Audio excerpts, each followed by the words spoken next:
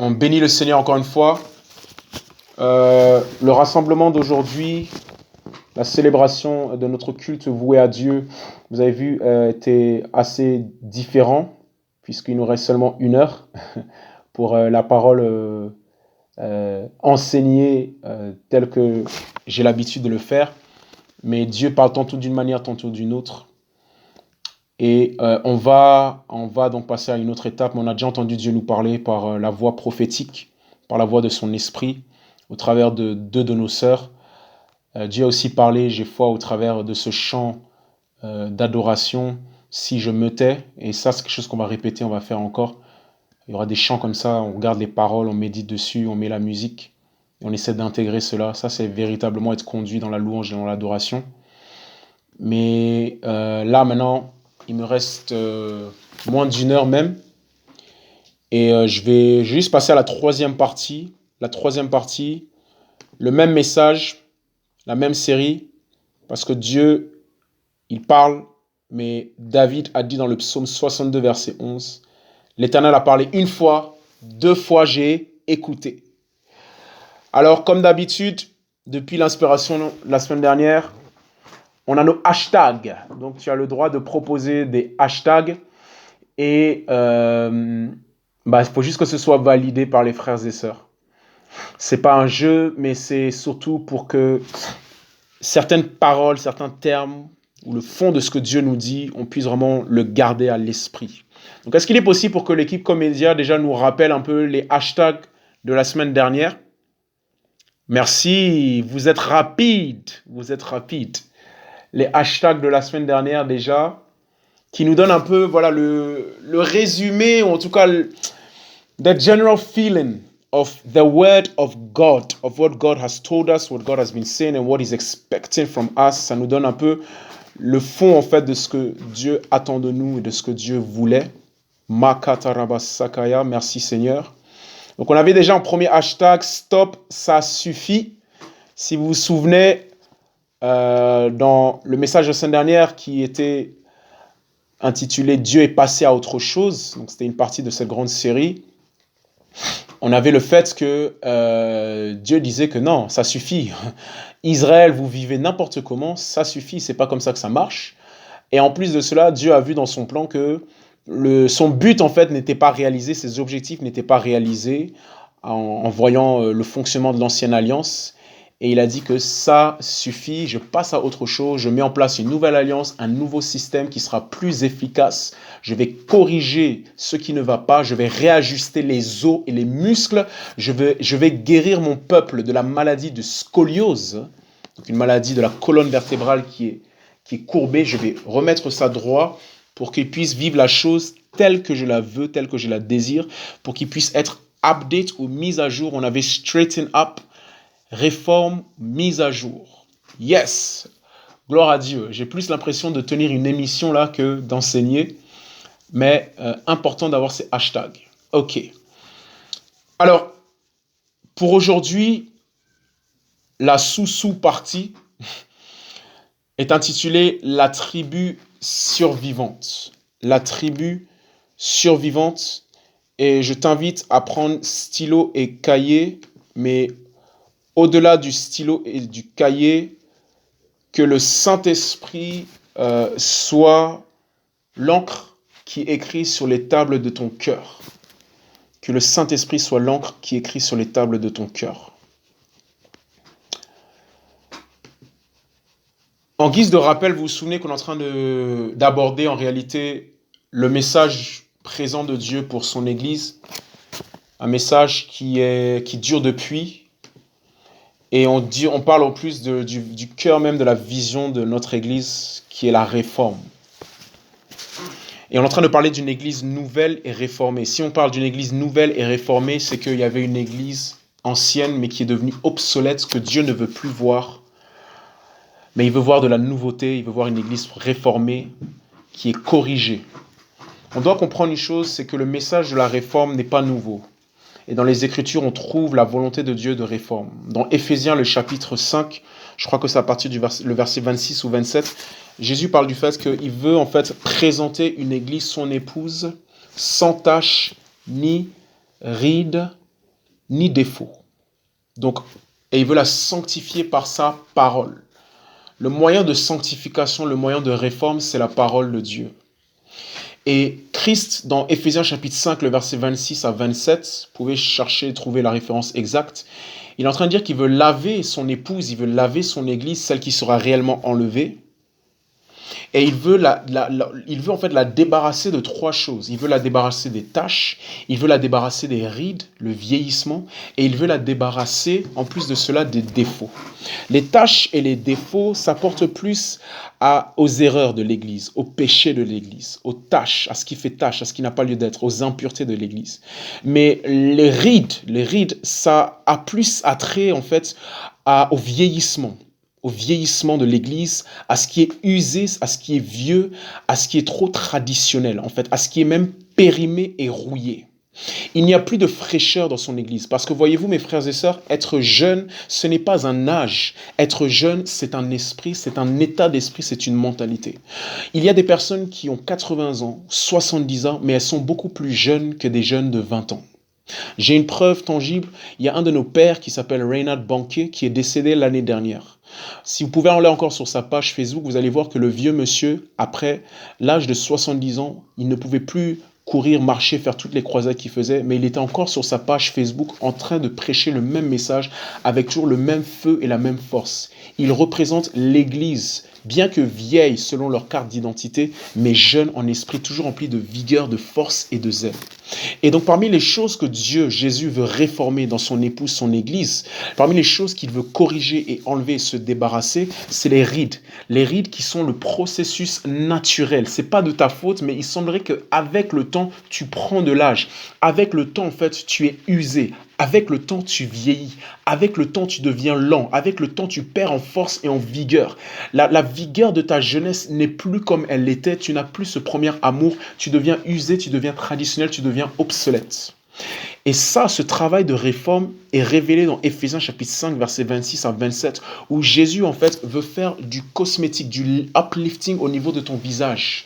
Mais pas avec de la crème anti-rides, mais avec sa parole. Et pas quelque chose qui est sur la peau, qui est externe, mais quelque chose qui est profond à l'intérieur de toi, pour que tu sois réellement ce que Dieu veut. Et donc, c'est important de réaliser, de comprendre, en fait, que l'Église évangélique réformée du Christ, lorsqu'on parle de réformer, il faut absolument que Craig vive sa propre réforme. Parce que le message de la réforme, déjà, il concerne l'Église, ceux qui veulent porter ce message-là. Il faut que déjà, eux, en fait, puissent être lavés par la parole, sanctifiés par la parole, de toutes ces rides, de tout ce qui est usé, de tout ce qui est obsolète. Et cette obsolescence, ce qui est usé et ce qui est vieux, on l'a vu la semaine dernière. Où on avait vu dans Hébreux, le chapitre 8, du verset 7 à 13, que Dieu était passé à autre chose. Donc je ne vais pas forcément faire un rappel exhaustif de tout ce qui avait été dit, parce que ça doit être dans la culture de la maison de bâtir des racines. Par bâtir des racines selon la parabole du semeur, ce que je suis en train de dire, c'est que tu dois cultiver une vie intérieure où tu remédites la parole, où tu revois tes notes, où tu réétudies, où tu réécoutes tous les jours des messages sur le SoundCloud et tout ce que le Seigneur peut t'amener aussi à écouter comme ressource dans le corps du Christ. À Crec, et notamment à Crec Paris, et ça doit être le cas dans l'Église de Dieu, il doit se passer beaucoup de choses la nuit et tôt le matin. Ça, j'aimerais qu'on l'écrive. J'aimerais que ce soit intégré pour chaque personne, pour chacun d'entre nous. Beaucoup de choses doivent se passer pendant la nuit ou tôt le matin. Choisis la nuit si tu es nocturne, choisis le matin si tu es matinal, mais beaucoup de choses doivent se passer. Et tu vas me dire, oui, mais pasteur, comment est-ce que tu peux dire que beaucoup de choses se passent la nuit ou tôt le matin quand on ne me voit pas connecté sur WhatsApp? Justement, si tu es trop connecté sur WhatsApp, sur les réseaux sociaux pendant tard la nuit ou tôt le matin, c'est que tu es en train de rien faire. Mais si justement tu n'es pas connecté et qu'on n'entend pas parler de toi, c'est qu'on sait qu'il y a une grande activité dans ton lieu secret. Parce qu'il faut choisir. Il ne peut pas avoir beaucoup d'activités au dehors, en public et en même temps dans ton lieu secret. Soit il y a beaucoup quand il y a beaucoup d'activités dans ton lieu secret, il ne se passe rien en public, on n'entend pas parler de toi. Soit quand on entend beaucoup parler de toi en public, c'est qu'il ne se passe pas grand-chose dans son lieu secret. C'est pas qu'il ne doit rien se faire en public, mais il y a un ordre. D'abord mon lieu secret et ensuite en public. Donc, le Seigneur nous a déjà parlé pendant 2 semaines ou 3 sur le thème de la réforme. Et à partir d'aujourd'hui, ça fait le 3e message sur le thème de la réforme. Donc, Siloé et l'équipe com, s'il vous plaît, dès qu'on termine, vous pouvez faire la playlist spéciale réforme. Il y a une playlist qui va se mettre en place maintenant, où cette playlist-là, c'est seulement sur le thème de la réforme. Tous les messages de l'Église qui concerneront la réforme, quel que soit le lieu, quel que soit le temps, quel que soit le format, ça peut être un camp, ça peut être une retraite, ça peut être un enseignement comme je le suis en train de le faire, seront sous cela pour que dès que tu arrives sur 5 là, ça te saute directement aux yeux. Parce que nous devons être tous réformés et devenir des réformateurs. Donc je suis en train de dire que Éphésiens 5, versets 26 à 27, Jésus-Christ, il est en train de dire que, afin de la sanctifier, après l'avoir purifiée par l'eau et la parole, afin de faire paraître devant lui cette église glorieuse, sans tache, ni ride, ni rien de semblable, mais sainte et irrépréhensible, sans tache ni ride. Jésus a toujours été dans le business, dans le processus de lavage de ton visage. Il a toujours été dans le processus de sanctification de son Église et la réforme, c'est une sanctification de l'Église. Des rides et ce qui est usé et obsolète. Et je disais que la semaine dernière, dans Hébreux, le chapitre 8, du verset 7 à 13, on a parlé en fait d'une ancienne alliance. Pourquoi est-ce qu'on parle d'ancienne? C'est parce que maintenant il y a un nouveau. On a parlé de l'ancienne alliance qui était invalidée par Dieu, qui est devenue usée ou vieux. Il y avait des rides sur cette alliance et Dieu, passant à autre chose, a estimé que ça ne peut plus demeurer comme cela. C'est bon maintenant, ça a fait son temps, place à un autre temps, place à autre chose. Place à un nouveau style de prière, place à un nouveau style d'adoration, place à un nouveau style de culte, place à une nouvelle vie d'église, place à une nouvelle vision, place à de nouvelles priorités, place à de nouvelles façons d'être et de faire, place à du nouveau. Et je disais que le changement est notre plus grande possibilité. Ce n'est pas un crime de changer. Si notre Dieu, le Tout-Puissant, a vu que quelque chose ne marchait pas et a changé sa façon de faire, sa méthode, à plus forte raison nous. Quand quelque chose ne marche pas, on change cela. Donc je vais lire Hébreux le chapitre 8 déjà, du verset 7 à 13. Parce que dans Hébreux le chapitre 8, dans le verset 7 à 13, on retrouve la notion des rites, on retrouve la notion de l'usé, de ce qui est vieux. Si réellement nous, en ce qui nous concerne, nous sommes une église principalement composée de jeunes, il y a plus de personnes qui ont moins de 40 ans que plus de 40 ans ici.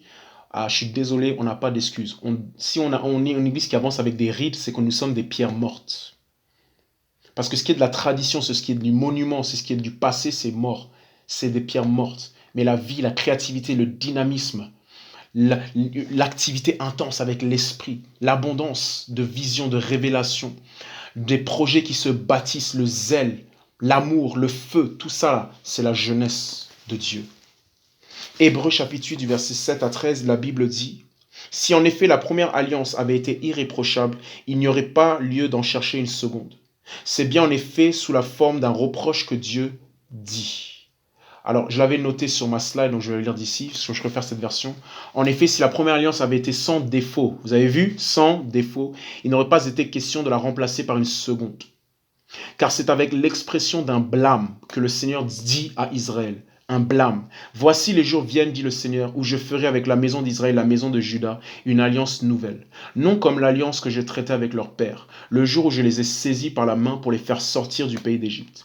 Car ils n'ont pas persévéré dans mon alliance, et moi aussi je ne me suis pas soucié d'eux, dit le Seigneur. Mais voici l'alliance que je ferai avec la maison d'Israël. Après ces jours-là, dit le Seigneur, je mettrai mes lois dans leur esprit, je les écrirai dans leur cœur, et je serai leur Dieu, et ils seront mon peuple. Aucun n'enseignera plus son concitoyen. Important. Aucun n'enseignera plus son concitoyen, ni aucun son frère en disant « Connais le Seigneur », car tous me connaîtront, depuis le plus petit jusqu'au plus grand d'entre eux, parce que je pardonnerai leur iniquité et que je ne me souviendrai plus de leurs péchés en disant une alliance nouvelle. Il a déclaré la première ancienne.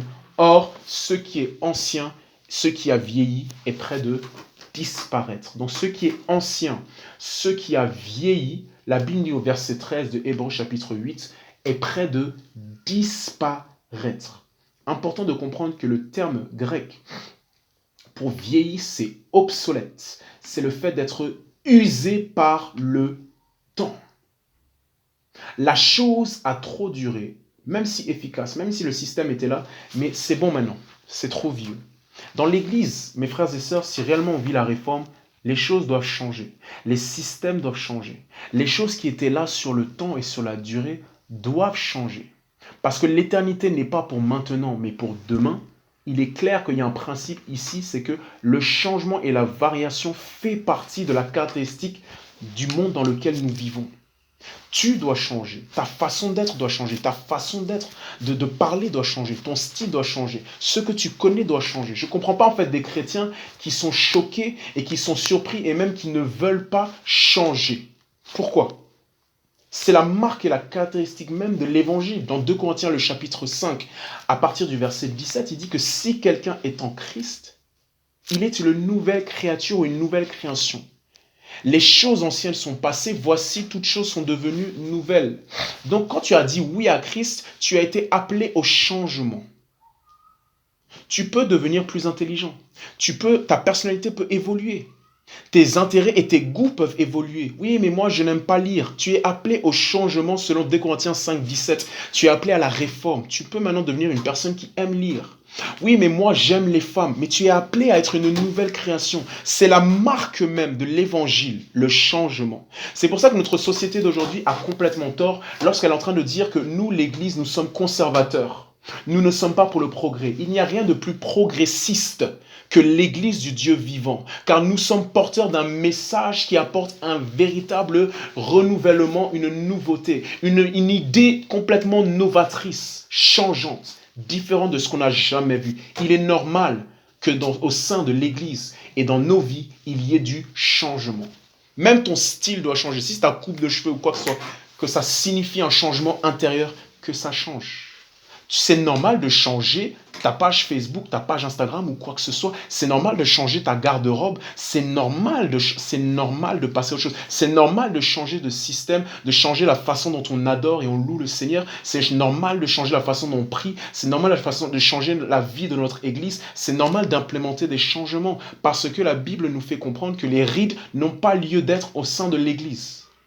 Et que dans l'Ancienne Alliance, tout ce qui était vieux et ancien, usé par le temps, était prêt de disparaître pour laisser place à quelque chose de nouveau. Donc j'espère qu'à force de m'écouter et de m'entendre, et je vais le répéter, le rabâcher, car je suis un enseignant de la répétition. Plus récemment, Dieu m'a révélé que, à partir de Jean 14, verset 26, que le ministère du Saint-Esprit, c'est la répétition. Le Saint-Esprit, il a un ministère pour le futur, où il annonce les choses à venir, mais il a aussi un ministère qui opère dans le passé, où il te rappelle de toutes choses de ce que Jésus a dit. Et donc je le répéterai encore, et j'espère qu'à force de répétition, tu commences à comprendre l'esprit de la réforme. Et que demain, lorsque des changements vont venir, ça ne va pas t'étonner. On avait donc dit qu'entre l'ancienne et la nouvelle alliance, ni Dieu, ni ses standards, ni ses objectifs n'ont changé, mais c'était le système mis en place et les moyens qui avaient changé. Parce que Dieu recherche ce que Dieu recherche, c'est l'efficacité, ce qui va amener à la réalisation de ses buts, ses objectifs et ce dessein. Dieu ne regarde pas le système, Dieu ne regarde pas la règle, mais Dieu regarde le but, Dieu regarde l'objectif. Et dans Hébreux, le chapitre 8, l'objectif et le but de Dieu nous a été révélé pour cette nouvelle alliance. C'était pourquoi? C'était pour qu'il y ait une nouvelle alliance avec la maison d'Israël, avec nous tous. C'était pour que ces lois soient dans notre esprit. C'est pour qu'il écrive dans notre cœur. C'est pour qu'il soit notre Dieu, qu'on soit son peuple. C'est pour qu'on puisse tous connaître le Seigneur du plus petit au plus grand. C'est pour que nos iniquités soient pardonnées et qu'on ne se souvienne plus jamais de nos péchés. Parce que sous l'ancienne alliance, même si tes péchés étaient pardonnés ou tu faisais un sacrifice, la conscience de tes péchés revenait constamment. Mais gloire à Dieu, Jésus-Christ, qui est le réformateur ultime, en mourant à la croix et en ressuscitant, il s'est débarrassé une fois pour toutes, non seulement de nos péchés, mais du poids de la culpabilité. Je n'ai plus à être coupable aujourd'hui. J'ai plus à me sentir coupable que est-ce que je vais aller en enfer, est-ce que Dieu va m'accepter? Je sais que ça a été cloué à la croix.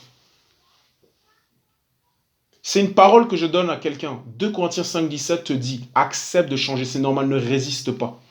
Accepte, c'est normal. C'est même un suspense de se dire, mais qu'est-ce qu'il est en train de faire de moi? Qu'est-ce que je suis en train de devenir? Waouh! J'ai signé au changement et à la nouveauté. Donc, très important de réaliser que eux, ils regardaient le temple, Dieu regardait eux. Mais ils n'avaient pas compris que tout ce qui concernait l'ancienne alliance, ce n'était qu'une ombre des choses à venir. Mais que la véritable substance, la véritable chose, les véritables enfants de Dieu, transformer les chrétiens et les enfants et les non-chrétiens à devenir de véritables enfants de Dieu par la sainteté, la justice, de véritables, le vrai, l'authentique, l'original, tel qu'il le veut, tel qu'il a mis à jour. C'était en réalité contenu en toi et en moi. Et donc, qu'est-ce que je suis en train de devenir? Qu'est-ce que je suis en train de devenir? Parce que si toi, Église, tu fonctionnes encore comme sous l'ancienne alliance, elle sera toujours l'ombre d'elle-même. Et j'ai parlé de certaines choses, en fait, qui étaient caractéristiques de l'ancienne alliance et comment les enfants d'Israël étaient complètement à côté de la plaque dans leur religiosité et leur religion. Parce que les religieux, dans le songe que notre sœur a eu, ils sont restés assis sur leur chaise. Les gens du monde, ou ceux qui se disent chrétiens de nom, mais qui sont encore dans le monde, eux, ils n'étaient même pas présents. Mais les religieux qui assistent toujours au culte et qui étaient assis, quand Jésus est venu, eux, ils sont tombés au lieu d'aller en haut. Mais gloire à Dieu, j'ai foi que ce message nous purifie et nous sanctifie pour qu'on ne soit plus religieux du tout, mais totalement spirituel, parce que Dieu nous aime tellement que c'est pour ça qu'il nous parle comme ça, qu'il nous révèle ces choses-là. Regardez comment tout s'accorde, hein, le message, l'enseignement, les révélations, les songes, les permanences de prière, etc., etc. Tout s'accorde.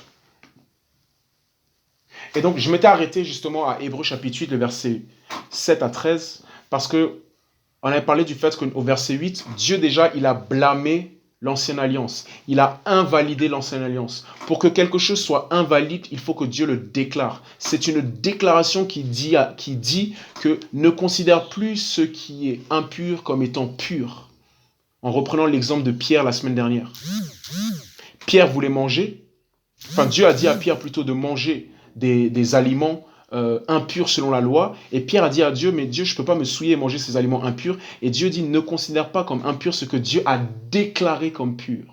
Une parole prophétique, ça déclare, ça annonce ce qui arrive. Et ça annonce en réalité un nouveau régime, un ordre nouveau.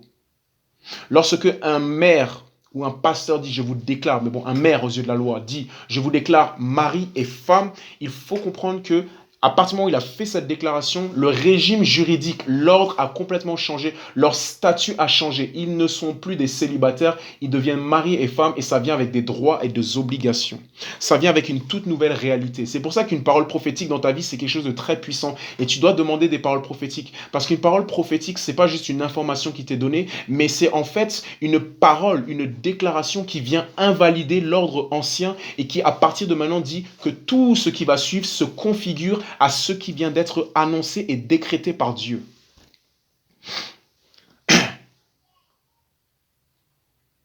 Il y a un élément gouvernemental, politique dans une parole prophétique. On vient décréter ce que le roi a annoncé et tout l'ordre change. À partir du moment où Emmanuel Macron a dit « Stop, confinement, plus personne n'a le droit de sortir sauf sous dérogation », le régime a changé, la réalité de nos vies ont complètement changé.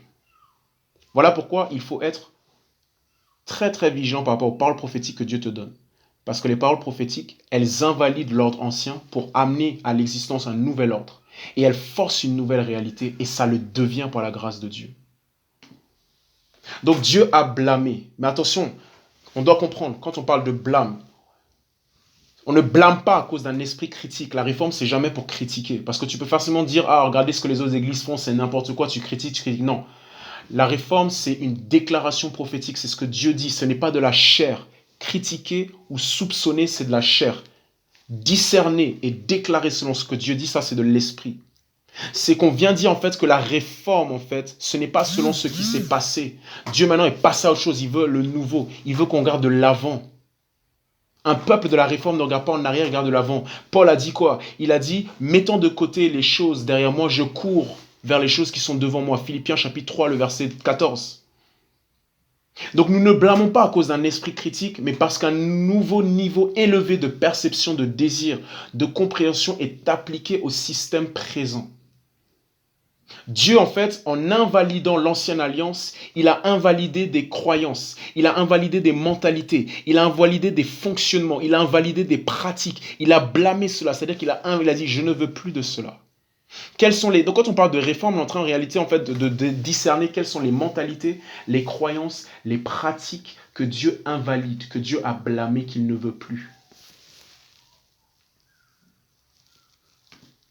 Le verset 13, je l'ai déjà cité, il est en train de dire que ce qui est vieilli, ancien, est près de disparaître. Le terme grec, ça parle du fait d'être obsolète, usé par le temps. C'est-à-dire que l'ordre céleste de Dieu, la saison présente de Dieu, ne cadrait pas en fait avec la saison, avec ce qu'il voyait sur la terre.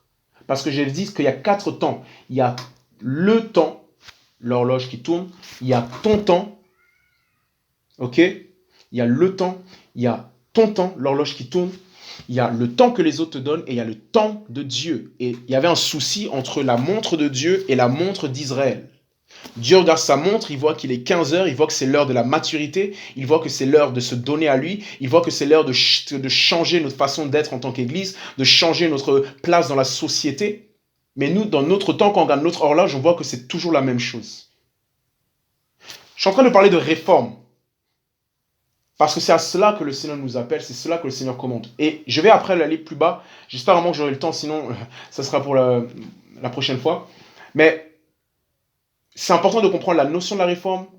C'est important de comprendre le cœur et l'esprit de la réforme. Et après, commencer à appliquer ça pour plein de choses. C'est pour ça que c'est une exigence pour toi, peuple de Dieu, d'être prophétique. Joël chapitre 2, verset 28, nous donne toutes les informations contenues dans l'esprit qui va descendre. Parce que, voyez-vous, on a la Trinité. On a Dieu, un Dieu de nature, mais 3 personnes. Le Père, le Fils, le Saint-Esprit. Dieu, il est toujours un, unitaire, mais ses expressions, et parfois même sa personne, peut être variée. La Bible nous fait comprendre que le Saint-Esprit colombe, descend comme une colombe, mais au jour de la Pentecôte, c'est les langues de feu qui descendent. La Bible nous fait comprendre que Jésus, il est le lion de la tribu de Juda, mais il est aussi l'agneau. Donc il est une seule et même chose, mais en même temps, diversité d'expression. Cette diversité, cette multiplicité, parce que Dieu, il est je suis que je suis ce que je suis, ou je suis qui je suis ce que dont tu as besoin que je sois. Cette multiplicité-là, qui est un parfait équilibre, tu la retrouves avec le Saint-Esprit, puisqu'on a les 7 esprits de Dieu. On a les 7 esprits de Dieu. On a l'esprit du Seigneur, Ésaïe 11.2. L'esprit du Seigneur, l'esprit de sagesse, l'esprit d'intelligence, l'esprit de connaissance, l'esprit de conseil et l'esprit de la crainte de l'Éternel. Et l'esprit de force. 7 esprits. Mais c'est le même esprit. Le même esprit qu'on retrouve comme étant l'esprit d'amour, de sagesse et de force. 2 Timothée chapitre 1 verset 7. On a l'esprit de vérité. On a l'esprit de sanctification. Romains chapitre 1. Donc on a différents esprits. Et parmi tous ces esprits, on a Joël chapitre 2 verset 28, le Saint-Esprit, mais il y a une certaine facette qui sera beaucoup plus prononcée durant ces temps, c'est la facette prophétique. C'est comme de l'ADN. Dans chaque ADN, il y a des informations contenues. Dans l'ADN de l'esprit présent qui est en train de se mouvoir et d'œuvrer parmi les fils de l'obéissance, eh bien, il y a un fort élément prophétique. C'est pour ça qu'il y a une effusion de rêves, de visions, de songes et de toutes ces choses-là. Et c'est pour ça que c'est important d'être suffisamment prophétique pour entendre et être sensible à ce que Dieu dit. Qu'est-ce qui est sur le cœur de Dieu? Qu'est-ce que Dieu est en train de dire? Où est-ce qu'il va? Il est quelle heure sur son horloge? Eh bien, Dieu dit, il est l'heure de la réforme. Ça, c'est un bon hashtag. L'heure de la réforme. L'heure de la réforme. Et donc, Dieu, en fait, il avait invalidé, il avait blâmé, et il a dit, c'est obsolète, je veux plus de ça, je me suis mis à autre chose. Pourquoi je me suis mis à autre chose? Parce que verset 9, j'ai vu dans Hébreux 8, verset 9, qu'il y a une limite dans ce système de l'ancienne alliance. Ça dit quoi? Si la première alliance avait été sans défaut, il n'aurait pas été question de la remplacer par une seconde. Donc il semblerait que l'ancienne alliance n'arrivait pas à atteindre les buts de Dieu, sa volonté. Lorsqu'un système, bien que efficace, ne peut répondre aux exigences spirituelles des participants, alors la seule alternative est d'aller à la réforme et mettre en œuvre un système plus efficace. Dieu a dû mettre en place une alternative parce qu'il a vu que l'ancienne alliance était limitée. Ils n'arrivaient pas à être purifiés dans leur conscience. Le sacrifice des boucs, des agneaux ne suffisait pas. La loi de Moïse ne suffisait pas pour qu'ils la mettent en pratique. Il y avait une limite dans ce système. Je devais en mettre quelque chose de plus efficace où j'allais moi-même écrire et inscrire dans leur cœur ma loi. J'allais moi-même leur donner l'esprit qu'il faut pour appliquer sa parole. J'allais moi-même faire d'eux le temple pour que je les habite plutôt que eux aillent au temple vers des pierres mortes.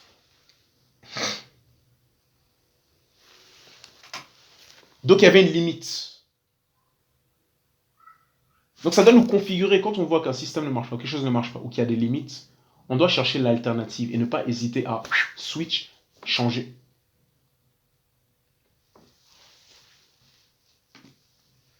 En vrai, je suis en train de revenir sur certaines choses. Parce que Dieu a vu que les enfants d'Israël, ils étaient très forts dans le temple. Ils étaient très forts pour leurs obligations religieuses, les sabbats, les assemblées, les fêtes, les sacrifices, les holocaustes, les oblations. Ils étaient très forts pour aller devant le souverain sacrificateur et donner leurs pigeons, leurs agneaux et toutes ces choses-là. Mais ils n'étaient pas forts en dehors du temple. Parce que ce qui intéressait Dieu, c'était eux. Et ce qu'ils devenaient et leur relation avec lui. Ce qui intéressait Dieu, c'est qu'ils soient un peuple saint et différent, qui allait proclamer les merveilles de sa loi dehors là-bas. Le but de Dieu, c'est sa volonté, c'est son règne. Et c'est toi, que tu puisses y participer et le refléter. Donc il y avait une limite dans ce système. Dieu a vu que non, il y a un problème dans l'ancienne alliance. Ils font tout bien, mais ils ont tout faux. Ils font tout bien, mais ils ont tout faux. Ils font tout bien selon la loi, mais ils ont tout faux. Ils ont tout bien selon les règles, les choses religieuses, mais ils ont tout faux. Ils ont tout bien. Ils sont là au culte, mais ils ont tout faux. Ils ont tout bien. Validé, validé, validé, mouvant. Ils ont tout bien. Voilà pourquoi, verset 8, il y a eu un remplacement d'une alliance par une autre. Chaque réforme apporte une nouvelle mentalité, de nouveaux modèles de fonctionnement, de musique, de prière, de style de vie, d'identité personnelle et d'une capacité de réalisation de l'esprit sur terre. Alors je me suis aidé d'un livre qui parle de la présente réforme de l'Église. Justement, je disais que la réforme, c'est pas que à Crec, c'est partout. Il y avait un auteur qui a écrit ce livre. J'ai pris certaines bribes aussi de ce livre-là pour le partager avec vous parce que Dieu m'a dit, Gilbert, je veux que tu partages tes ressources. Ça, Dieu m'a dit clairement, je dois partager mes ressources. Donc moi, je partage mes ressources. La présente réforme de l'Église de Noel Woodruff. Et je répète cette phrase, c'est à noter, chaque réforme apporte une nouvelle mentalité, de nouveaux modèles de fonctionnement, de musique, de prière, de style de vie, d'identité personnelle et d'une capacité de réalisation de l'esprit sur terre. Chaque réforme apporte une nouvelle mentalité, de nouveaux modèles de fonctionnement, nouveau style de musique, de prière, nouveau style de vie, d'identité personnelle et d'une capacité de réalisation de l'esprit sur terre. Soyons pas chamboulés par le changement de nos vies. Sois pas chamboulé que ton emploi du temps change, que tes fréquentations changent. Sois pas chamboulé que tu t'intéresses à des choses nouvelles dont tu ne t'intéressais pas avant. Au contraire, si au moment où tu as dit oui à Christ, tu demeures le même qu'avant Christ, c'est inquiétant. Mais si aussi après 20 années en Christ ou 5 ans en Christ, tu demeures le même que lorsque tu venais juste d'accepter Christ, c'est aussi inquiétant. Parce qu'il dit, Ésaïe 43, verset 19, « Voici, je fais toutes choses nouvelles. »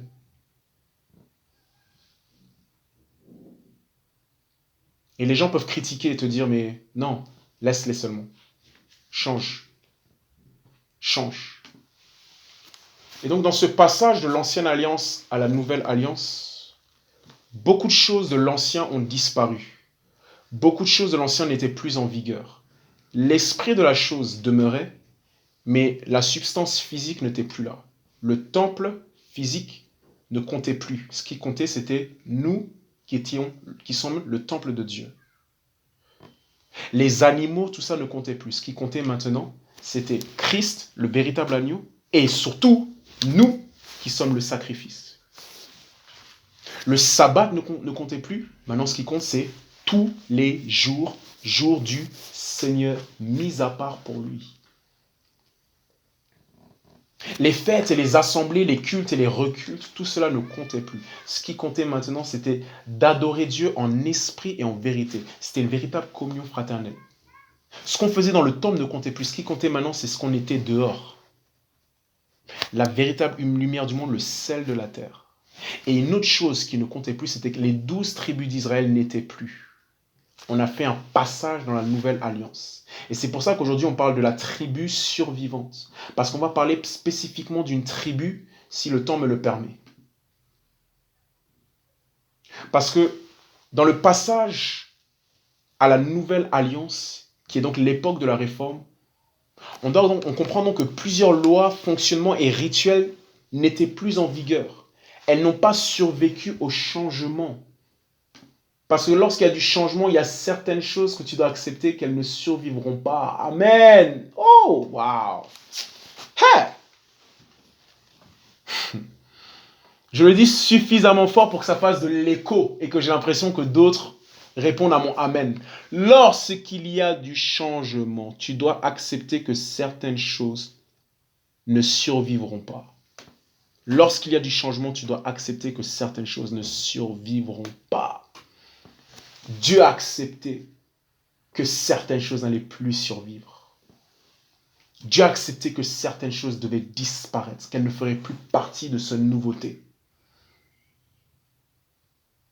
Et il en est de même pour les 12 tribus d'Israël. Elles n'ont pas survécu du passage de l'ancienne alliance à la nouvelle alliance. Mais le cœur du message, c'est de dire quoi? Il n'y a qu'une seule tribu qui a survécu au passage à la nouvelle alliance. Ce sont les Lévites, la tribu des Lévites. Il n'y a qu'une seule tribu qui a survécu, c'est les Lévites. Si aujourd'hui les chrétiens, on devait les référer à une tribu, nous serions la tribu des Lévites. Et donc s'il n'y a qu'une seule tribu qui a survécu, c'est qu'aujourd'hui les chrétiens et l'Église notamment ne sont pas composés de 12 tribus, mais d'une seule tribu. Tout le monde est lévite aujourd'hui. Et ça, c'est le cœur du message. Si on continue à fonctionner comme dans l'ancienne alliance, on sera complètement à côté de la plaque. Si on continue à penser qu'il y a 12 tribus d'Israël et que le peuple, la congrégation ou ceux qui viennent s'asseoir le dimanche au culte, eux, ils font partie des 11 tribus d'Israël.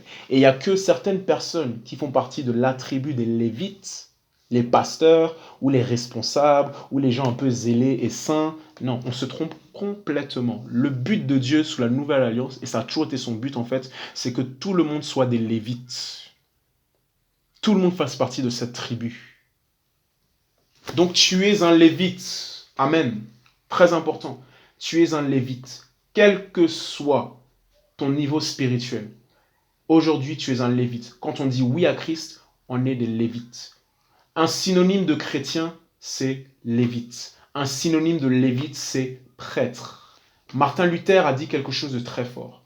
Martin Luther a dit, ce mot prêtre doit être aussi commun que le mot chrétien. Je répète, Martin Luther a dit, ce mot prêtre doit être aussi commun que le mot chrétien. C'est-à-dire que ce sont en fait des synonymes. Ce sont en fait les mêmes mots qui ont le même sens. Que l'on dise chrétien ou que l'on dise prêtre, ça doit vouloir dire la même chose. La même chose. C'est pour ça que moi, ce message, Dieu, ça me fait quelque chose. Parce que je vois qu'en fait, on vit pas la réforme. On n'est pas passé de l'ancienne à la nouvelle alliance. On fonctionne encore comme dans l'ancienne alliance. Est-ce que tout le monde est convaincu que c'est un prêtre ? Et on va voir après ce qu'on veut dire par prêtre. Est-ce que tout le monde est convaincu qu'il est un prêtre, qu'il est un sacrificateur? Un sacrificateur. Moi, je valide, je suis un lévite. Un sacrificateur. Ça doit être dans ta mentalité, parce que si tu étudies l'histoire de l'Église, et tu étudies notamment le temps de la réforme amenée par Martin Luther, et tous ceux qui l'ont précédé, ceux qui sont venus après lui, tu vas voir en fait que le peuple était asservi à la religiosité et la domination de certains responsables. Le peuple n'avait pas compris qu'eux aussi pourraient avoir accès à Dieu. Le peuple n'avait pas compris qu'ils pouvaient lire la Bible dans leur propre langage. Le peuple n'avait pas compris qu'eux aussi pouvaient connaître Dieu. Le peuple n'avait pas compris qu'eux aussi ils étaient de service. Qu'eux aussi ils étaient appelés à servir Dieu. Le peuple n'avait pas compris que les choses célestes et éternelles les concernaient aussi. Le peuple, en fait, au temps de Martin Luther, où il a apporté une réforme, pendant tout ce temps de l'Église catholique, pendant très très longtemps, et là je parle juste de cette église là-bas, ce temps-là, je ne parle pas d'aujourd'hui, mais je parle juste de ce temps-là, je décris juste ce temps-là, le peuple, il venait pour être servi au lieu de servir. Le peuple, il venait pour être enseigné au lieu de comprendre qu'eux aussi peuvent enseigner. Le peuple, il venait en fait chez le prêtre pour demander pardon, confesser leurs péchés, alors que Dieu a déchiré le voile pour qu'eux-mêmes puissent commander pardon. Le peuple n'avait pas compris que c'était des acteurs et pas des spectateurs. Le peuple n'avait pas compris que eux aussi, au même titre que le pasteur qu'ils voient tous les dimanches en train de prêcher, ils sont appelés par Dieu et ils ont quelque chose à faire pour Dieu. Le peuple n'avait pas compris ça.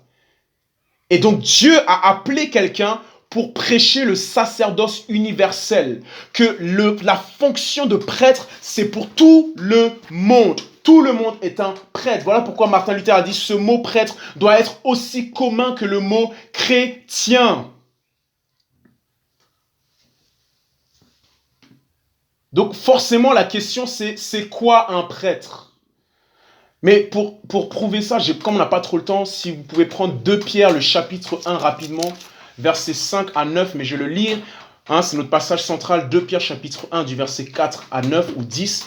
Le verset 5, il dit « Et vous-même, comme des pierres vivantes, édifiez-vous pour former une maison spirituelle, un saint sacerdoce, afin d'offrir des victimes spirituelles agréables à Dieu par Jésus-Christ. » Donc dans la nouvelle alliance, puisqu'il n'y a qu'une seule tribu qui a survécu, c'est la tribu des Lévites, tout le monde est un Lévite, tout le monde est appelé au saint sacerdoce, tout le monde est appelé aux fonctions de prêtre, et notamment d'offrir à Dieu des victimes spirituelles, à faire des sacrifices à Dieu, à servir Dieu, s'il te plaît. Et encore une fois, je le répète, je ne parle pas de servir Dieu à un culte ou d'être présent à un culte. Je parle de qu'est-ce que Dieu attend de toi. Peux-tu te donner pleinement à lui? Parce que l'une des marques des Lévites, c'était que leur héritage, c'était Dieu. Ils avaient pour possession les choses célestes et ils étaient contents de ne pas avoir des maisons et des choses terrestres. Ils n'étaient pas attachés à la terre, mais ils étaient attachés à une nouvelle patrie, la nouvelle Jérusalem. Le verset 9 dit encore, vous au contraire, vous êtes une race élue, un sacerdoce royal. Everybody is a Levite. Every single body is a Levite. Et en ce qui concerne l'Église, en ce qui nous concerne, parce qu'on veut obéir à ses paroles et marcher dans ça, il faut qu'après 1 mois, quand tu étais dans l'Église, tu sentes que c'est pas normal si je suis juste un membre qui chauffe les bancs. Tu dois ne pas te sentir à l'aise. Si après 1 mois ou 2 ou 3, tu es encore un membre qui chauffe les bancs, toi, et on doit créer cette atmosphère, cette culture parmi nous. Les gens qui viennent ici doivent savoir que tu es appelé à être un lévite. Dès que tu as dit oui à Christ et dès que tu as accepté d'être un membre de l'église évangélique réformée du Christ en ce qui nous concerne, tu n'es pas un membre, tu es déjà un lévite, un travailleur, un berger, un esclave, un doulos, quelqu'un qui est donné à Dieu.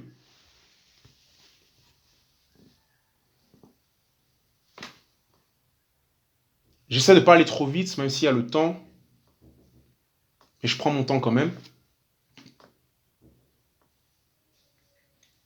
Et donc, le principe à comprendre sur la base de 2 Pierre chapitre 1, verset 5 et le verset 9, et tout ce message, c'est que le standard minimum pour tout chrétien, c'est d'être un prêtre, un lévite, un berger, pas un membre d'une église assis. Ça, c'est à noter, s'il vous plaît. Le standard minimum pour tout chrétien, c'est d'être un prêtre, un lévite, un berger, pas un membre d'une église. Et surtout pas un membre assis. Ça va beaucoup, beaucoup plus loin que ça. Quel est l'état de ta vie chrétienne? Comment a été ta vie chrétienne? Où est-ce qu'elle en est? Qu'est-ce que moi En tout cas, moi, je vous dis, pour moi, c'est clair et simple dans mon esprit. C'est, tu as des membres, tu as le niveau disciple, ou lévite, ou berger. Tu as le niveau doulos, esclave. Tu as le niveau réformateur, et tu as le niveau ami. Il y a différentes classes. Il y a différentes classes. Membre d'une église, un simple membre, un véritable disciple qui se met au même niveau que lévite ou berger.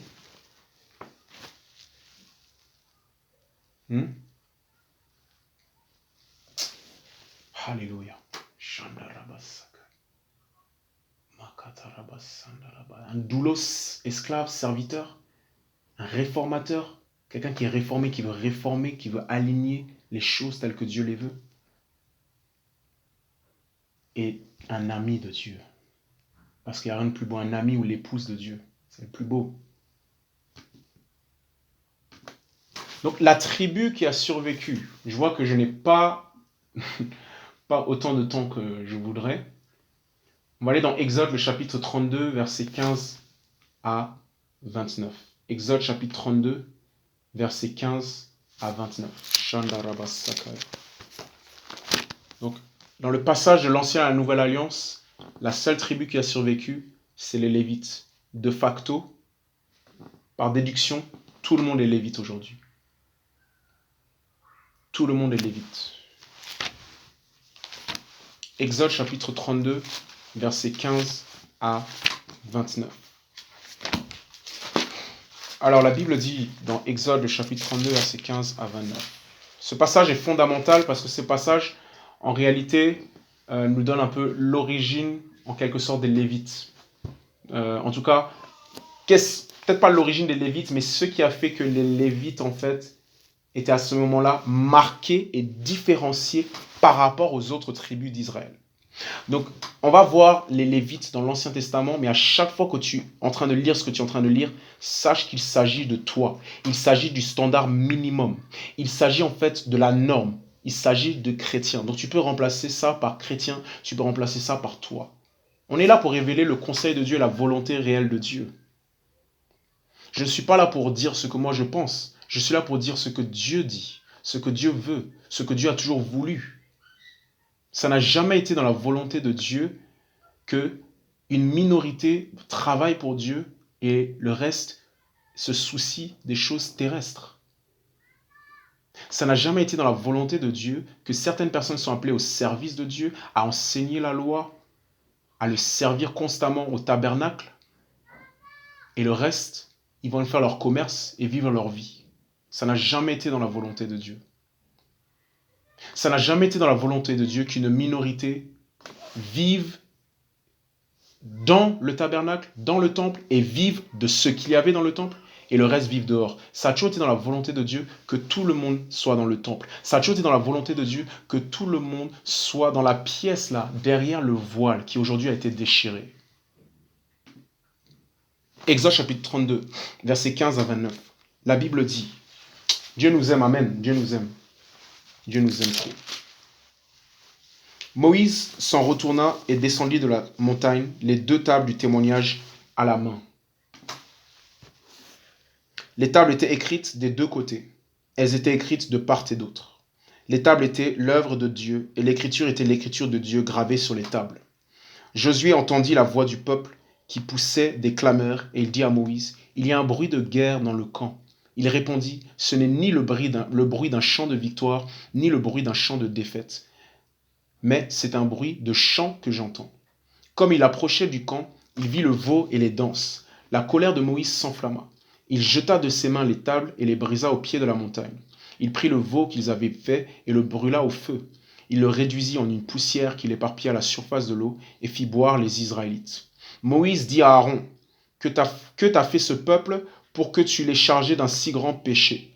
Aaron répondit, « Que la colère de mon Seigneur ne s'enflamme pas. Tu connais toi-même ce peuple, il est porté au mal. » Ils m'ont dit, « Fais-nous des dieux qui marchent devant nous, car ce Moïse, cet homme qui nous a fait monter du pays d'Égypte, nous ne savons pas ce qui lui est arrivé. » Je leur ai dit que ceux qui ont de l'or s'en défacent. Ils me l'ont donné et je l'ai jeté au feu, et il en est sorti ce veau.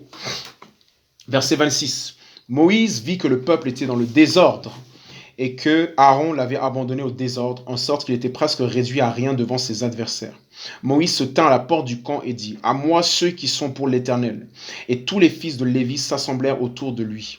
Il leur dit, « Ainsi parle l'Éternel, le Dieu d'Israël, que chacun de vous mette son épée au côté, traversez et parcourez le camp d'une porte à l'autre, et que chacun tue son frère, son ami, son parent. » Aïe. Les fils de Lévi agirent selon l'ordre de Moïse, et il tomba parmi le peuple environ 3000 hommes ce jour-là. Moïse dit, « Consacrez-vous aujourd'hui à l'Éternel, chacun au même prix de son fils ou de son frère, afin qu'il vous accorde aujourd'hui une bénédiction. » Le lendemain, Moïse dit au peuple, ah non, voilà, donc verset 29. Moïse dit, consacrez-vous aujourd'hui à l'Éternel, chacun même au prix de son fils ou de son frère, afin qu'il vous accorde aujourd'hui une bénédiction. Yes, validé aussi. En tout cas, moi je valide pour l'instant. Je valide.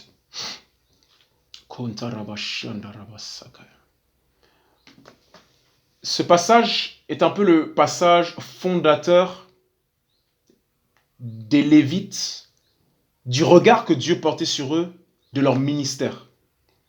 C'est à partir en fait de cette histoire-là, de cet événement, que véritablement les Lévites sont marqués et séparés des autres. Et donc forcément, quand on lit Lévites, on pense chrétien, on pense à toi. Tu dois comprendre que tu es marqué et séparé des autres. Les Lévites sont ceux qui ont été mis à part, séparés, mais il y a une raison particulière. Il y a certaines caractéristiques en ce qui concerne les Lévites qui feront comprendre qui nous sommes et ce que Dieu attend de nous en tant qu'Église. Et si on ne fonctionne pas comme cela, mais on fonctionne encore comme sous l'Ancienne Alliance, avec 11 tribus d'Israël qui ne sont pas concernées par Dieu et le service pour Dieu, et le reste sont H24 sur Dieu, on fonctionne encore et on a besoin d'être réformé. Parce que dans Exode chapitre 32 du verset 15 à 29, la première caractéristique à noter par rapport aux Lévites, c'est qu'ils sont pour l'Éternel. Donc première caractéristique, j'ai numéroté les différents points pour que ce soit clair pour tout le monde. Mais aujourd'hui, naturellement, on ne va pas terminer. Donc je m'arrêterai là. Voilà pourquoi j'aime prêcher et enseigner en série. Parce que je sais que je ne suis pas pressé par le temps, j'ai mon temps. Je peux me prendre du temps pour terminer ça. Premier point. Les Lévites, ils sont pour l'Éternel. Si vous prenez le verset 26 à 27, il est dit « Moïse se tint à la porte du camp. À moi ceux qui sont pour l'Éternel. » Et tous les fils de Lévi s'assemblèrent autour de lui. Il leur dit « Ainsi parle l'Éternel, le Dieu d'Israël. Que chacun de vous mette son épée au côté, traverser et parcourir le camp d'une porte à l'autre, et que chacun tue son frère, son ami, son parent. » Très important de comprendre ce contexte-là. Ce que Dieu... et la bouche de Moïse demande aux Lévites, c'est quelque chose de très très difficile. Parce que si on comprend le contexte, les enfants d'Israël ont commencé à se fabriquer un veau d'or. Ils se sont fait un autre Dieu. Ils ne voulaient plus du Dieu Israël qui les a sortis d'Égypte. En réalité même, Moïse en fait a été appelé par Dieu pour aller 40 jours et 40 nuits le retrouver pour que Dieu lui donne notamment les 10 commandements. Et Moïse avait demandé à Aaron de s'occuper de ce peuple pendant ce temps-là. Le souci, c'est que Moïse prenait tellement de temps qu'à un moment donné, les Israélites se sont dit « Faisons-nous un Dieu » parce que ce Moïse qui nous a sortis d'Égypte, pas ce Dieu, ce Moïse qui nous a sortis d'Égypte n'est plus et on ne sait ce qui lui arrive. Et donc, tout le peuple a commencé à adorer ce veau d'or. Ils se sont fait un Dieu. Ils ont commis l'idolâtrie. Dieu n'était pas leur véritable Dieu. Tiens, on commence à parler de réforme spirituelle tout d'un coup. Parce que la première chose qui concerne la réforme spirituelle, c'est qu'on détruit les idoles. On les identifie, on les détruit pour rétablir le culte du véritable Dieu. On revient à notre premier amour, on fait de Dieu le centre de notre cœur, de notre attention, de notre vie. Dieu devient notre romance. Alors Moïse descend et il voit cette abomination, cette idolâtrie. Et donc son souci à Moïse, c'est qu'il dit, ok, il y a un moment donné, il faut faire un choix. Que ceux qui sont pour l'Éternel se rassemblent autour de moi. Josué a dit, moi et ma maison, nous servirons l'Éternel. Moi et ma maison, nous ferons de Dieu notre Dieu. Que ceux qui sont pour Dieu, que ceux qui veulent servir Dieu, que ceux qui sont du camp et du côté de Dieu, Dieu ou maman, Dieu ou la bête, Dieu ou mon ego, Dieu ou mon gouverneur, le patron, Dieu ou moi, Dieu ou qui. Dieu ou mes projets, Dieu ou mes ambitions, Dieu ou mes finances, Dieu ou mon petit copain, Dieu ou mon père, Dieu ou ma soeur, Dieu ou. Les Lévites, première caractéristique, c'est ceux en fait qui sont pour Dieu. Ils prennent position pour Dieu. Ils n'admettent pas l'idolâtrie, ils n'ont qu'un seul Dieu. Un seul Dieu. La preuve, Dieu les met devant un choix. Soit vous choisissez moi, soit vous choisissez vos familles là, qui ont commis l'idolâtrie en adorant ce veau d'or. Naturellement, les Lévites, eux, ils ont choisi Dieu. Naturellement, ça veut dire quoi? Que tout chrétien étant lévite est forcément pour Dieu et a forcément pris position pour Dieu et n'admet aucune idolâtrie dans son cœur. La deuxième caractéristique de cette tribu survivante, c'est l'obéissance radicale, immédiate et pleine. Une obéissance radicale. Mais cette obéissance, elle est radicale dans le sens où, quel que soit ce qui a été demandé, je le fais quand même. Aussi choquant que ce soit, je le fais quand même. Tu veux que je tue les membres de ma famille qui ont adoré ces veaux, c'est pas grave. Je le fais quand même. Parce que Dieu est mon père, Dieu est ma mère, Dieu est mon frère, Dieu est ma sœur, Dieu est mon meilleur ami. Dieu, je prends position pour toi. Comme j'ai pris position pour toi, numéro 2, une obéissance radicale. Cette obéissance, elle s'est vue au verset 28, puisque dit, les fils de Lévi agirent selon l'ordre de Moïse. Donc vous voyez déjà que quand on regarde les Lévites et qu'on nous regarde aujourd'hui, on a se posé des questions. Et moi, je me pose déjà des questions. Je me dis, mais quelle est mon obéissance?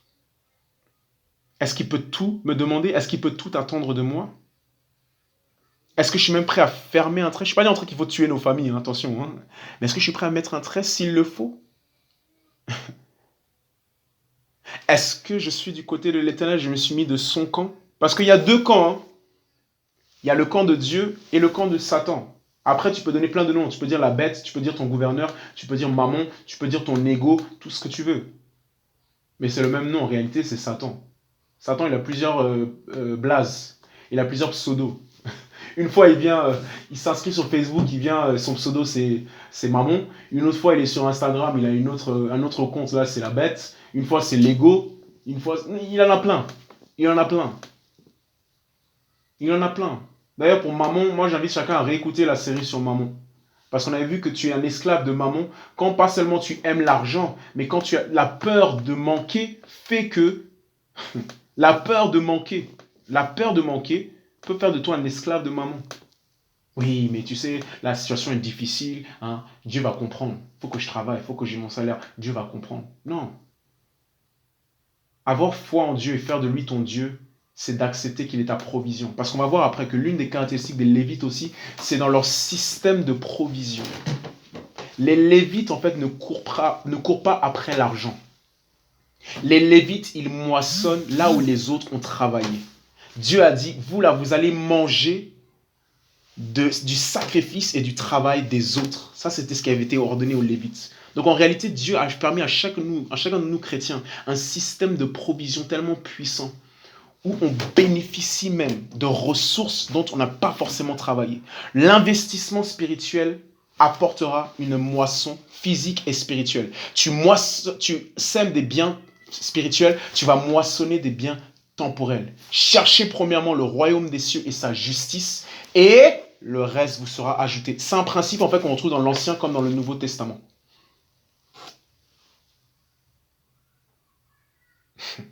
Mais bon, je vais trop vite. Premièrement, ils sont pour l'Éternel.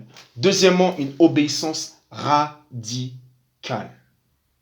Troisièmement, ils sont consacrés et ils font des sacrifices pour Dieu. Le verset 29, Moïse dit, consacrez-vous aujourd'hui à l'Éternel, chacun au même sacrifice de son fils ou de son frère, afin qu'il vous accorde aujourd'hui une bénédiction. Tu vois, c'est très fort, hein? Ça, c'est le standard minimum pour tous les chrétiens. Vous savez, des fois, on voit des personnes qui sont élevées par Dieu ou qui ont atteint certaines hauteurs ou même qui sont consacrées et devenues quelque chose. On leur a mis l'huile d'onction et on les voit opérer. Et tout le monde est là en train d'applaudir, dire waouh, waouh. C'est triste. Les personnes qui disent waouh n'ont pas compris que, en réalité, tout le monde devrait être sur l'estrade. Tout le monde devrait être devant. Tout le monde devrait recevoir l'huile. Vous voyez cette mentalité, vous voyez comment ça... Et en ce qui nous concerne, il faut qu'on y arrive. Il faut qu'on y arrive. Nombre 16. Ce n'est pas pour certaines personnes. Ce qui s'y fait, le travail qui s'y fait, mes frères et sœurs, c'est pour tout le monde. Ma prière, c'est qu'on appelle l'église nombre 16, 9. J'irai là-bas après. Ça, c'est la pensée de Dieu. Donc quand on regarde comment Dieu veut les choses et on regarde la réalité, quand on voit qu'il y a un décalage, qu'est-ce qu'on fait? Eh bien, on change, on réforme, on corrige. Hébreux, chapitre 9, verset 10, la réforme, c'est là qu'on voit le terme. En grec, c'est diorthosis, remettre droit, on avait dit. Remettre droit, ce qui est courbé, ce qui est défait ou déformé. Et ça vient de orthos, qui donne le terme, qui veut dire droit ou juste, qui n'est pas courbé, et qui donne le terme orthopédie, la branche de la médecine qui traite des os et des muscles, qui traite des squelettes. Quand tu as une scoliose, tu as un problème au niveau de ta moelle épinière, au niveau de ton squelette, tu vas chez l'orthopédiste parce qu'il est le réformateur qu'il faut pour tout remettre droit. Donc il faut réinvigorer cela. En ce qui concerne l'Église, dans ta tête, c'est « je vais travailler, je vais servir ». Donc eux, ils sont consacrés, ils font des sacrifices à Dieu. Le sacrifice, c'est quelque chose de normal pour eux. C'est une culture pour eux. Ce qui leur coûte, c'est quelque chose de normal. Ils vivent de cela. Ils vivent de cela. Ils font ce qu'ils n'aiment pas et ils aiment ce qu'ils doivent faire. Ils font ce qu'ils n'aiment pas et ils aiment ce qu'ils doivent faire. Yes.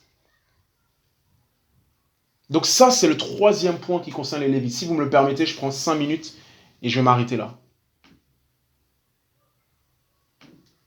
Donc, c'est important qu'on comprenne tous que les Lévites, mes frères et sœurs, c'est pour chacun d'entre nous. Ce n'est pas le privilège des autres. C'est pour chacun d'entre nous. Il y a un gros mensonge qui doit être complètement détruit de croire que Éphésiens 4, 11, c'est les Lévites. Et le reste, c'est les tribus d'Israël. Je vais terminer sur ça, parce que le temps me fait défaut. On continuera. Mais prenons Éphésiens chapitre 4, versets 11 à 12. Éphésiens chapitre 4.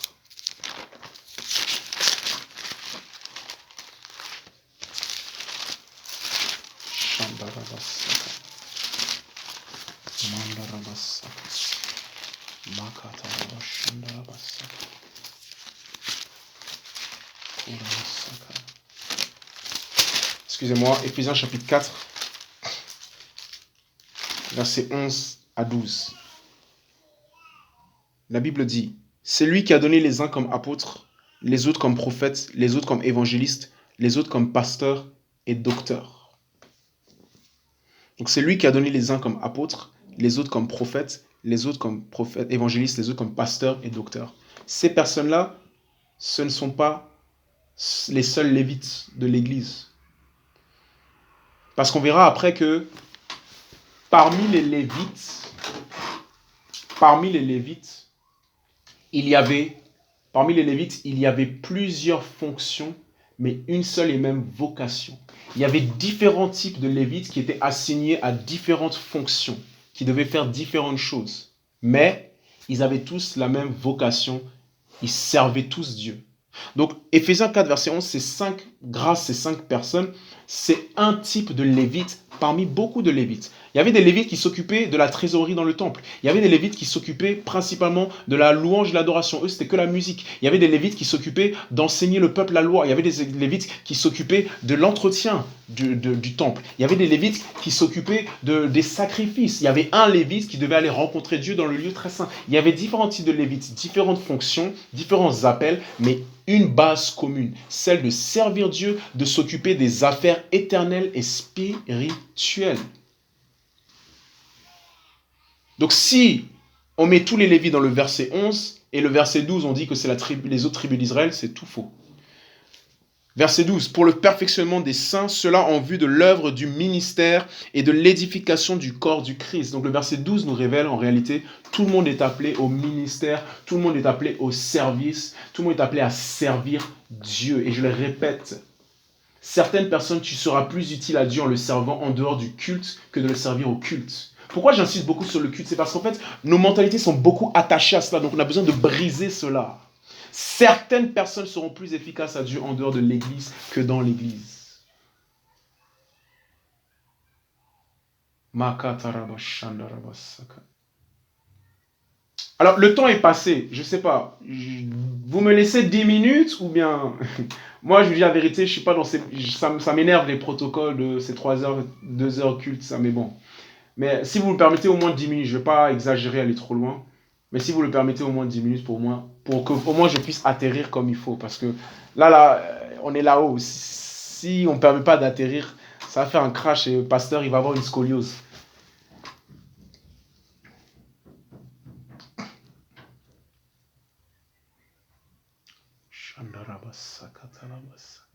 Father, we thank you. Thank you. We thank you, Jesus. We give you glory, honor. We give you praise. We give you praise. We give you praise. Ok.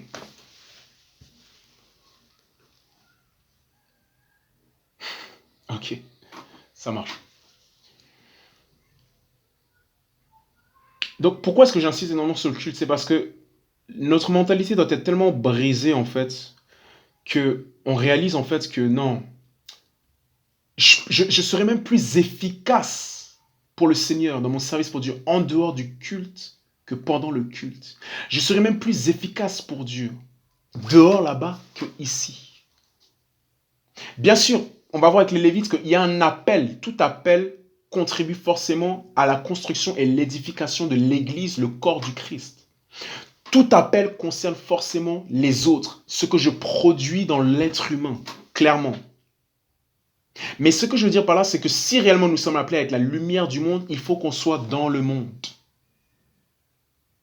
Parce que beaucoup peuvent penser en servant à l'église ou par exemple pendant le culte, ça y est, je suis efficace à Dieu. Non. Surtout pendant le moment du culte. Non. Au niveau de l'église, on a des besoins. On a besoin de bergers. On a besoin de personnes qui vont visiter les membres de l'église, qui vont aller visiter les malades. On a besoin de personnes qui vont se tenir durant les périodes de prière à prier. On a besoin d'aide. On a besoin d'artistes au niveau du projet par rapport à Reform Art. On a besoin d'évangélistes, des personnes qui vont aller à Melun, parce qu'à la cellule Melun, on a besoin d'évangéliser là-bas. Comme ça, il y a plus de personnes dans la cellule là-bas. On a besoin d'aide. On a besoin de main-d'œuvre au niveau de la maison d'édition, mes frères et sœurs. On a besoin. Dieu a besoin de toi. Dieu a besoin. Dieu te veut. Tu es utile à Dieu. On ne vient jamais demander que quelqu'un nous rende service si on estime que la personne n'a pas ce qu'il faut. Dieu a besoin de toi là-bas dehors, dans cette partie de la société, dans ce milieu-là. Dieu a besoin de toi là-bas. Et en réalité, tout ce que Dieu a mis en toi, ça va plus s'exprimer là-bas. On a besoin de missionnaires. Moi, en ce qui me concerne, vraiment, j'ai besoin de personnes qui sont assez folles pour dire « Oui, pasteur, moi, je m'en vais dans ce pays. Il n'y a pas de souci. Oui, pasteur, je vais bâtir une cellule là-bas. Il n'y a pas de souci. Oui, pasteur, je vais bâtir une église là-bas. Il n'y a pas de souci. Oui, pasteur, moi, je vais te ramener certaines franges de la société. Je vais te ramener des intellectuels. Je vais te ramener des Français de pure souche. Oui, pasteur, moi, je vais aller dans ce village en Centrafrique. Oui, pasteur, il n'y a pas de souci. Oui, pasteur, je vais bâtir cette entreprise-là. Et les finances là, de cette entreprise vont financer le royaume de Dieu. Oui, pasteur, il n'y a pas de souci. Je vais m'engager comme le Seigneur veut parmi ce profil de personnes-là. Oui, pasteur, je vais écrire ce magazine. Oui, pasteur, je vais écrire ce livre ou cette chanson. Bref, je ne sais pas, je dis tout. Mais en tout cas, il y a plusieurs Lévites qui ont plusieurs fonctions, plusieurs appels. Mais la vocation demeure la même. Dans l'Ancienne Alliance, non, c'était pas comme ça. Dans l'Ancienne Alliance, il y en avait qui étaient appelés au service pour Dieu, c'était les Lévites. Et les autres, ils pouvaient vaquer à leurs occupations, faire leur commerce, s'occuper de leur terrain, de leurs possessions terrestres qu'ils avaient héritées. No. It doesn't work like that. Now, it doesn't work like that. Now, it's either you're a Christian, you're a Levite, and you're fully engaged in the eternal affairs, or you're in the rest. Il y a plusieurs pasteurs que j'écoutais qui disaient, enfin, un apologète plutôt, qui disait que il ne comprend pas pourquoi en fait on a fait une distinction entre les choses saintes ou le travail saint et le travail séculier. Il ne comprend pas pourquoi dans notre tête on fait comme si en fait le travail que tu fais dehors au niveau de ton entreprise ou quoi que ce soit, c'est un travail séculier. Non, il dit il n'y a rien de tel que ça. Il y a ce qui est saint, sacré et ce qui est profane. Il y a ceux qui adorent Dieu et ce qui est contre Dieu. C'est-à-dire tu peux faire de ton travail un objet d'adoration. Oui, je sais que j'ai parlé de Pharaon.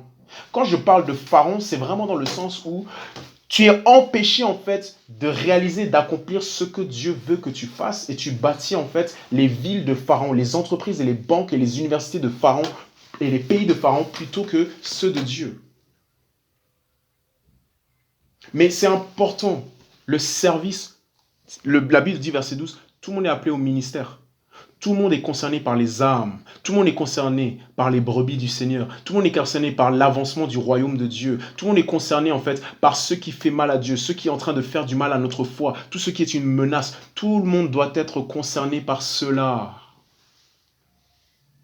Donc 3 choses déjà sur la base de Exode chapitre 32 versets 15 à 29. Ils sont pour l'Éternel.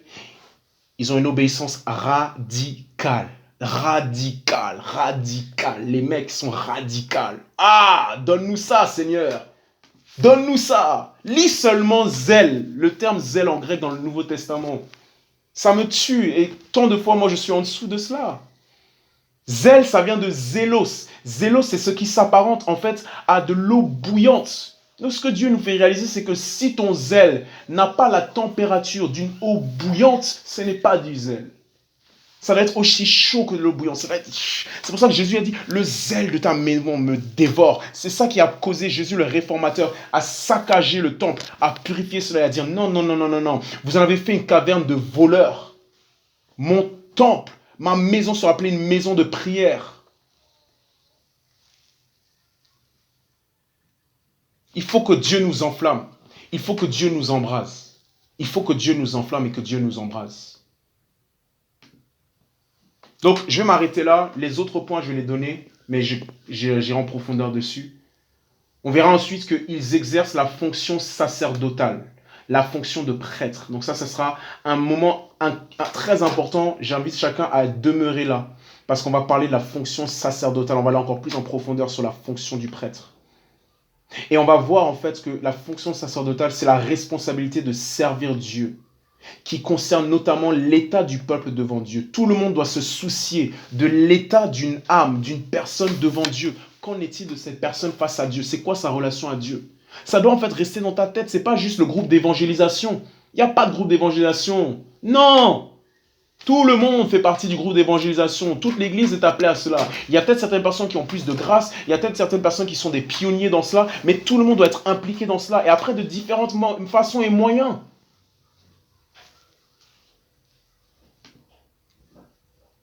Donc la responsabilité de servir qui concerne notamment l'état du peuple devant Dieu, leur connaissance de la loi, la rémission de leurs péchés et leur vie éternelle. Tout chrétien en réalité est appelé à s'occuper des affaires éternelles. Alors, on va s'arrêter là. Je suis désolé, je vois le temps.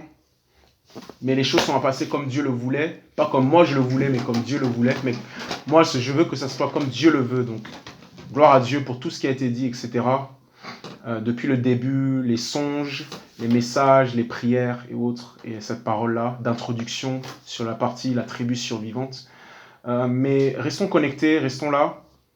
Par rapport à cela, on va prier rapidement et je passe aux annonces, mais j'invite chacun vraiment à rester parce qu'après, voilà, je vais parler de certaines choses. Hein?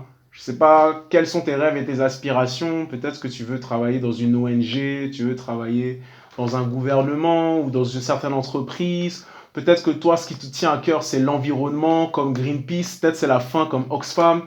Peut-être toi, tes modèles, c'est Kemi Seba, Thomas Sankara, le panafricanisme. Bref, j'ai tout ça noté là. On va différencier les affaires terrestres des affaires éternelles.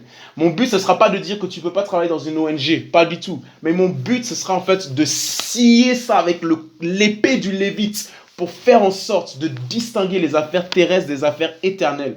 Parce qu'on est tous appelés à différentes fonctions, mais il y a une base commune. Et l'une de ces bases communes, ce sont les affaires éternelles. Je sens vraiment l'onction et la grâce de Dieu.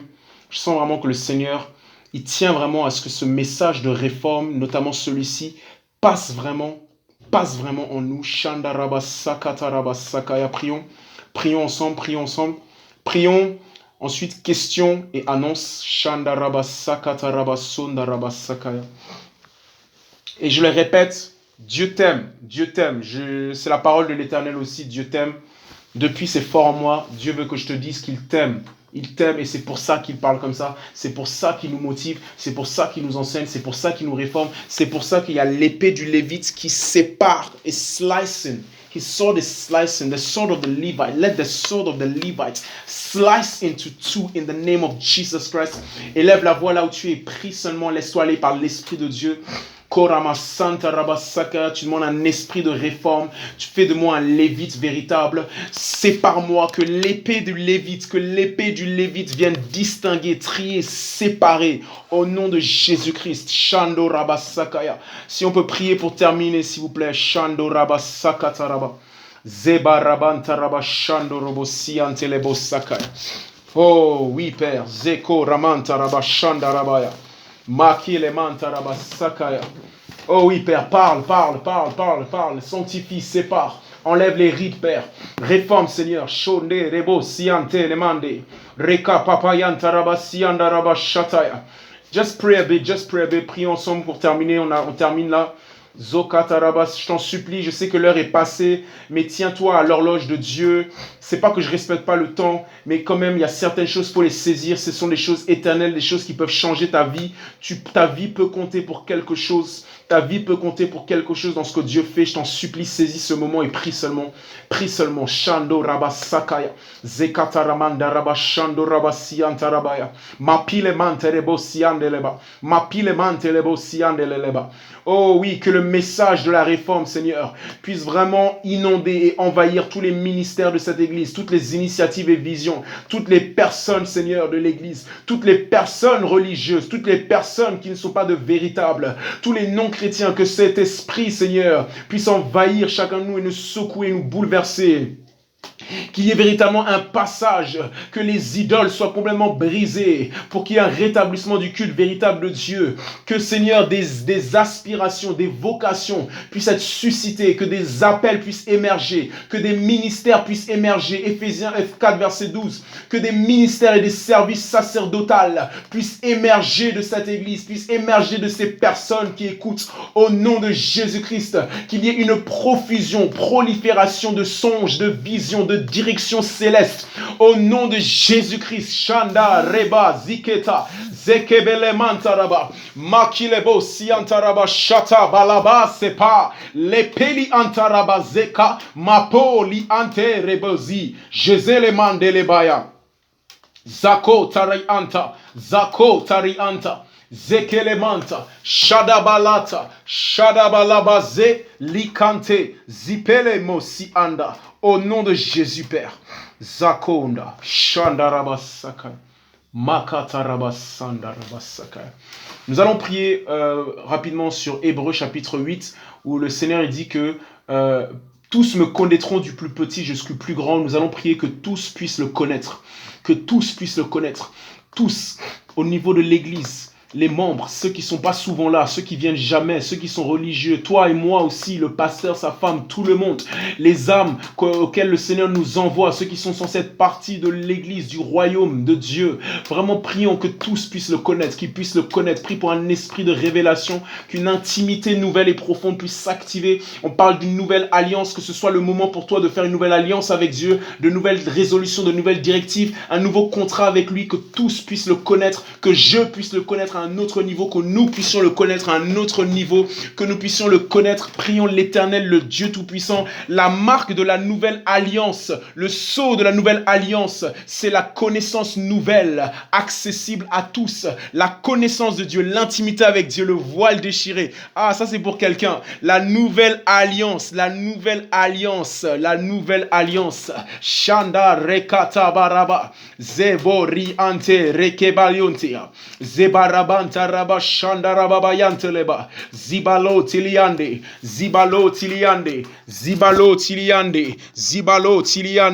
Au nom de Jésus-Christ, Père, nous voulons te bénir et t'exalter. Merci, Seigneur, pour les prières. Merci pour la parole. Merci pour l'œuvre que tu fais. Que ton nom soit exalté. Que ton nom soit exalté. Qu'on puisse te connaître du plus petit au plus grand. Quel que soit son milieu social. Qu'il soit illettré ou éduqué. Qu'il soit allé à l'école, qu'il ne soit pas allé à l'école. Seigneur, que tous te connaissent. Qu'il soit riche ou pauvre. Que tous te connaissent. Qu'il soit noir, blanc, chinois, indien, brésilien, latino. Que tous te connaissent au nom de Jésus-Christ. C'est la marque même, le sceau de la nouvelle alliance. Ça en fait partie. Que tous te connaissent intimement. Que ton peuple ne périsse plus par manque de connaissance, mais que ton peuple vive par la connaissance de Dieu, qu'il y ait une plus grande profusion de la connaissance de Dieu. Le voile est déchiré. Nous sommes dans une nouvelle alliance. Il n'y a pas que les Lévites qui peuvent y entrer, mais tout le monde peut y entrer maintenant au nom de Jésus. Ha rabazakata reshanda. Thank you, Jesus. Thank you, Holy Spirit. We give you glory. We give you honor. We give you praise. Because once we touch the real deal, the real thing, une fois qu'on touche la chose véritable, la substance même, lorsqu'on n'a plus affaire aux ombres, lorsqu'on n'a plus affaire aux préfigurations, lorsqu'on n'a plus affaire aux choses de l'ancien, on a affaire à la véritable chose telle que tu la veux, c'est là que toute la puissance se déploie. Que ton nom soit exalté, glorifié parmi nous. Emmène-nous, Père. Emmène-nous dans cette réforme. Emmène-nous dans ce changement. Emmène chacun dans le changement. Où il y a des résistances, je prie pour la destruction de ces résistances au nom de Jésus-Christ. Merci pour la déclaration prophétique qui fait la différence. Le changement, c'est maintenant. Au nom de Jésus-Christ, sois glorifié, sois exalté. Continue à marcher avec nous. Amen, amen, amen.